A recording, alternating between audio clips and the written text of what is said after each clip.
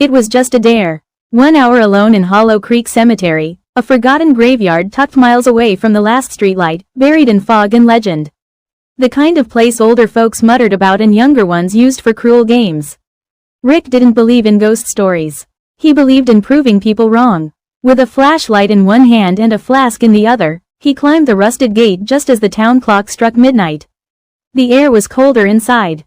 Still, too still. The trees bordering the cemetery loomed like skeletal witnesses. Their bare branches tangled overhead, blotting out the moon. Gravel crunched underfoot as Rick wandered deeper, weaving through tombstones leaning like drunks in the dark. Moss crawled over the names, and some markers had cracked clean in half, like whatever rested beneath had tried to escape. He laughed nervously and took a sip. Then came the whisper, soft, incoherent, right by his ear, though no one was near. Rick spun. Hello? Silence. Only the mist answered, curling between the graves. He kept walking, slower now. His flashlight flickered, once, twice, then steadied. The path curved past a tall obelisk where ivy slithered like veins.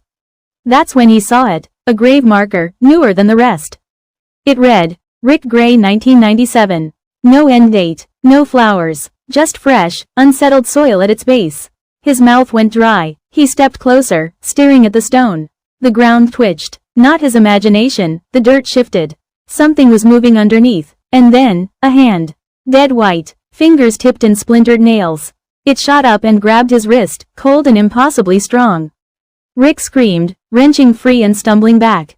The soil broke open wider, revealing a face, hollow eyes, a broken smile, and a mouth that whispered his name. Rick. He turned and ran, heart hammering like a war drum, the whispers growing louder, more, calling from everywhere. Rick, come back, it's not time yet. The cemetery had changed. Graves were open. Shadows moved on their own. And in every flicker of his failing flashlight, more figures dragged themselves from the ground. He didn't stop until he reached the stone mausoleum at the edge of the cemetery. Its heavy door hung open, yawning into darkness. He dove inside and slammed it shut behind him, heart ricocheting off his ribs.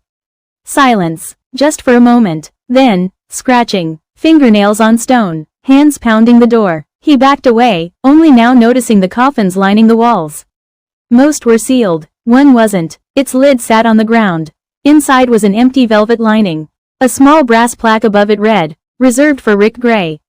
A whisper breathed against his neck.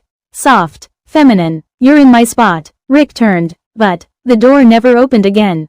Just a new member added to the cemetery.